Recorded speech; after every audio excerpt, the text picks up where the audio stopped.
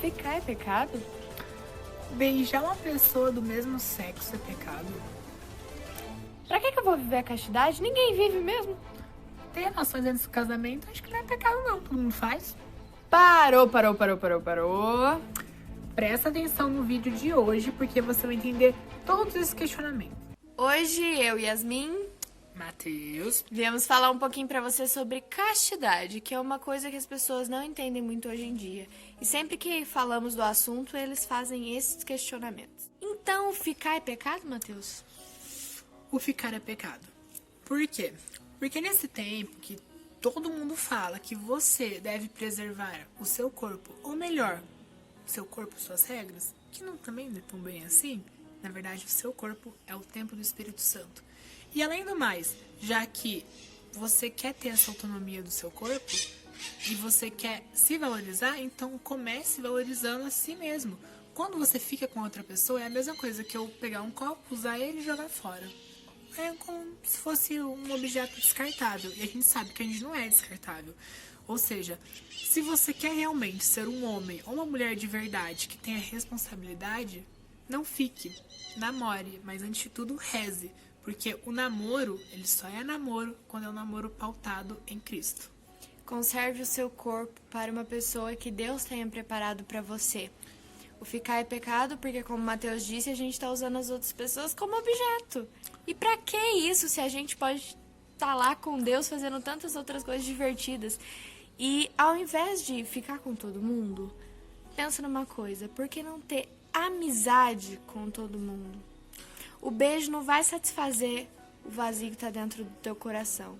Quem vai preencher e satisfazer o vazio que está no teu coração é o Espírito Santo. Outra coisa, Então, o beijo no namoro, ele é uma consequência final daquilo que se começou. Na verdade, duas pessoas, elas namoram porque elas se amam, um processo de conhecimento daquilo. Ou seja, você vai conhecer outra pessoa. O namoro, ele vai terminar a qualquer momento. Ou ele vai terminar em casamento, ou ele vai terminar porque as duas pessoas, de maneira madura, elas tomaram a decisão de ali ficar na amizade. Mas isso não é desculpa para sair ficando com todo mundo falando que está experimentando outras pessoas.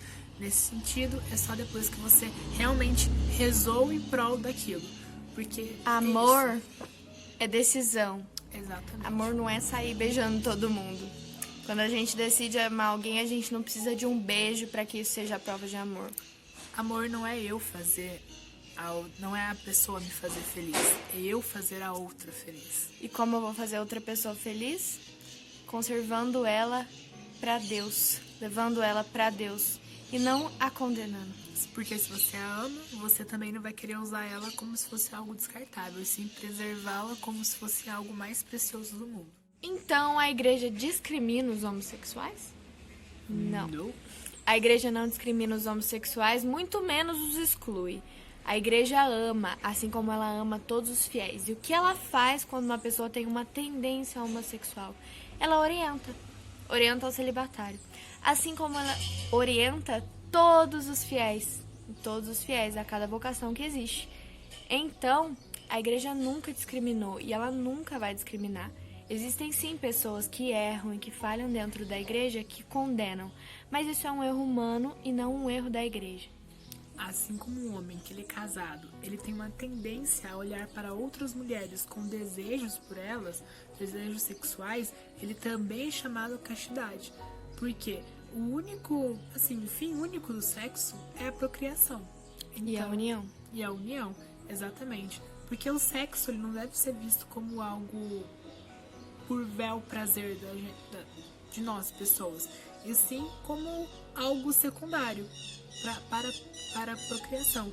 O que está entre duas pessoas é o amor. Nunca se esqueçam que Deus odeia o pecado. E o pecado de beijar uma pessoa do mesmo sexo, Deus odeia. Mas Ele não odeia o pecador. E Ele nos dá a oportunidade todos os dias de nos guardarmos através da castidade. Eu preciso mesmo viver a castidade? Mas por que eu preciso viver a castidade? Bom, a castidade ela é um presente de Deus para cada um de nós. Não sei se você sabe, mas a castidade é uma virtude. E Deus nos deu isso para que não nos frustrássemos com as nossas próprias escolhas. Porque nós somos humanos, nós erramos, nós pecamos. Mas Deus nos deu de presente a castidade para que possamos escolher ter um coração e um corpo puro. Exatamente. Porque, como a gente já falou, o sexo, ele não é uma coisa para só o nosso prazer. Ele é para a procriação. Porque o prazer é uma coisa que passa. Agora, o amor não.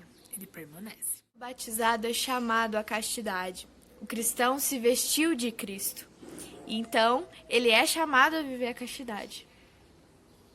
E quando nós somos chamados a viver a castidade, nós somos chamados à união. A união com o amor eterno, que é Cristo. Cristo foi a pessoa mais pura e casta que já existiu. Então, se nós somos cristãos e nos decidimos viver para Ele, nós devemos viver a castidade. Mas não viver como se ela fosse ruim e só nos fizesse mal e nos privasse. Não, porque não é nada disso. A castidade nos faz livres, livres de espírito, livres de alma. E realmente nos deixa repletos da graça, porque não tem nada melhor do que sermos semelhantes a Cristo. A gente falou um pouquinho também sobre o casal, né? A questão dele viver a procriação e a união. Mas calma, que não é nesse vídeo que a gente vai falar de como viver a castidade dentro do casamento. É no próximo vídeo, então fica ligado que no vídeo de semana que vem estaremos falando... A gente não, mas vai ter gente falando sobre isso aqui. Não se esqueça de curtir, comentar e compartilhar. Se você conhece um amigo que tá precisando ouvir essas verdades, manda pra ele. Quem sabe?